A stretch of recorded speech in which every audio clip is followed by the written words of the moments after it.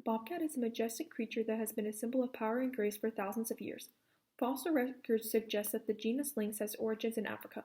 The modern-day bobcats are the descendants of the Mysidae family, which persisted until the Oligocene epoch, when some members of that family began to develop the enlarged canine teeth and specialized serine carnassial teeth characterized of carnivores.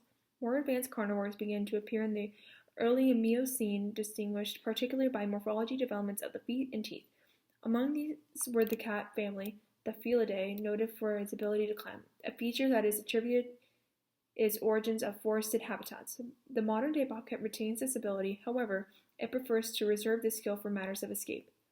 The bobcat belongs to the panther lineage, lynx having separated from the genus Panthera approximately 2 million years ago in the Pliocene epoch. The panther lineage evolved parallel to two other groups, the domestic cat lineage and the ocelot lineage.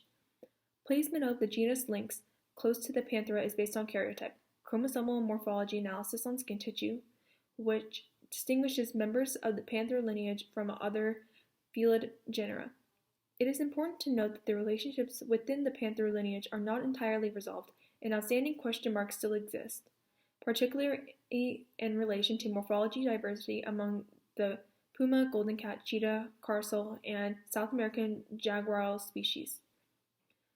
Earliest records of Lynx rufus date back to 3.2 to 1.8 million years ago.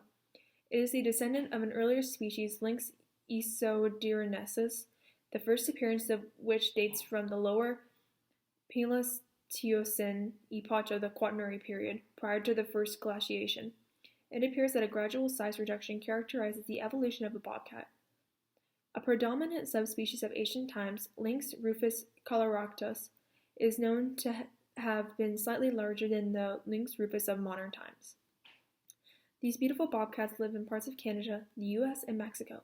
They like to hang out in different kinds of habitats like deserts, mountains, forests, farms, and swamps. They can sometimes even live in suburban areas near people. Bobcats have some cool adaptations, which are special characteristics that help them survive in these different kinds of North American habitats. These adaptations also help them live in places where there may not be a lot of food or shelter.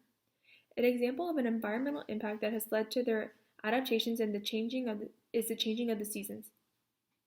A bobcat's camouflage fur makes it hard for prey and enemies to see it.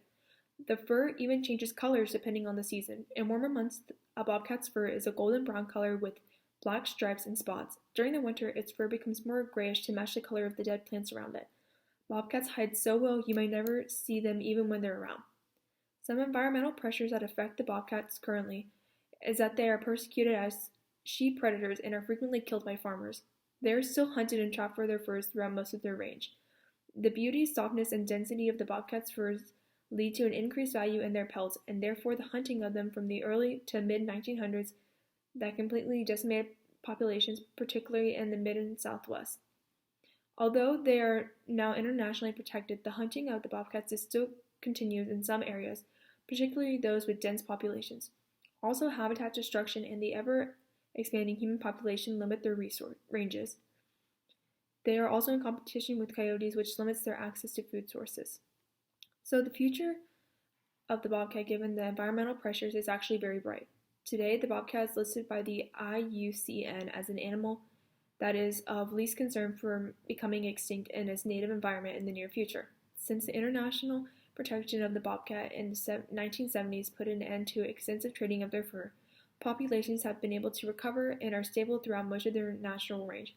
However, in an area where there is an increased level of human activity, numbers are still declining due to both hunting and habitat loss.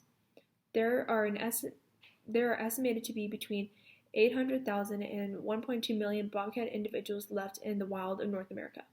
The reason the bobcat has been able to survive for millions of years is due to its adaptations it has undergone through ancestral and modern times. For example, during ancestral times, the bobcat adapted its claws and teeth.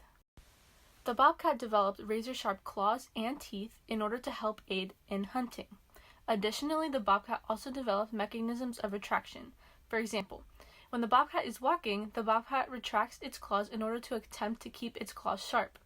When needed, the bobcat will then unretract its claws, use them in order to hunt, and then it'll retract them once again. Furthermore, another adaptation the bobcat undergoes is its ability to hunt nocturnally and go days without eating. This increases the availability of prey that the bobcat has, which increases the food supply, and also helps the storing mechanisms whenever the bobcat doesn't have any food available to it. If we transition into the modern age, we're able to see that the bobcats continue to adapt. One of the ways that they have adapted is their fur color. We are able to see this on the bobcat's fur color as they now demonstrate more of a camouflage fur color, and this has helped them increase their survival rates because they are being aided in their process of hunting. So, additionally, they continue to adapt, but they do not live in groups. Instead, they are typically solitary animals that hunt and they live on their own. If they do live with groups, it's typically found more in males rather than females, but once again, they mostly live on their own, and in order to protect their territories, they have scent markings that they claim as their territories. Now, if we depart from the adaptation spectrum and go more into the earlier ancestors of the bobcat, we're able to see that the bobcat actually comes from the lion, which is coming from the Panthera lineage, which was about 10.8 million years ago. Other animals in this lineage include jaguars, leopards, tigers, and snow leopards. Following the Panthera lineage, we see that 1.4 million years later, the bay cat lineage emerged, containing the bay cat, Asian golden cat, and the marbled cat. Then 1.1 million years later, the caracal, African golden cat, and several emerged from the caracal lineage, followed by the ocelot lineage 0.5 million years later, containing the ocelot, the tigrina, and the margray. So finally, we were able to see where the bobcat comes into play, when the bobcat emerges along with the Iberian lynx and the Eurasian lynx, apart from the lynx lineage 0.8 million years later. Following this lynx lineage, we have the puma, the leopard cat, the domestic cat lineages emerging, including cats ranging from pumas, cheetahs, and the domesticated cat. Alright. The genus the bobcat belongs to, lynx, split from the genus Panthera in Africa approximately 2 million years ago. This means that the North American bobcat is originally from the same lineage as the panther.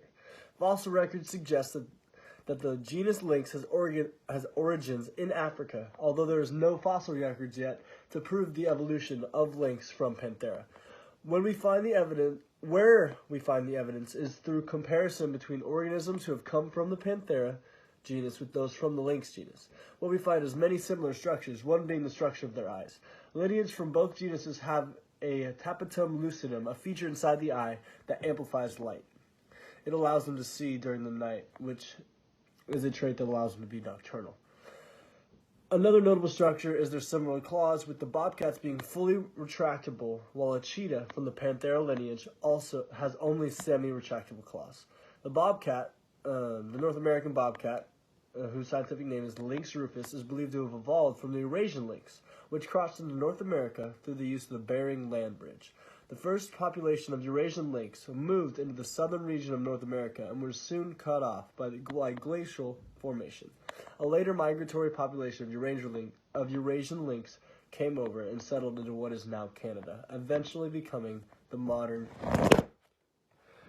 Canada lynx.